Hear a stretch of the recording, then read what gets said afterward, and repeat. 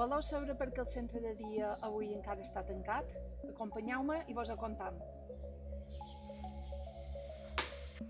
L'any 2018 ens varen cedir l'edifici per part del BIRBAT.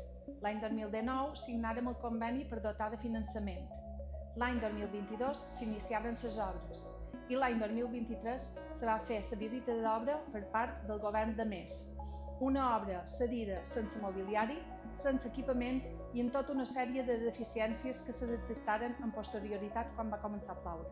En el projecte inicial no se van tenir en compte la recollida d'aigua d'aquests dos terrats i varen posar un embornal molt petit, la qual cosa va fer que s'inundés el centre de dia provocant desperfectes en el paviment. Des del Pi Porreres criticam que Més empleï una necessitat tan urgent per posar en dubte la gestió de l'equip de govern. Esperam que el centre de dia sigui una realitat el més aviat possible i que el Consell de Mallorca ens doni les autoritzacions pertinents.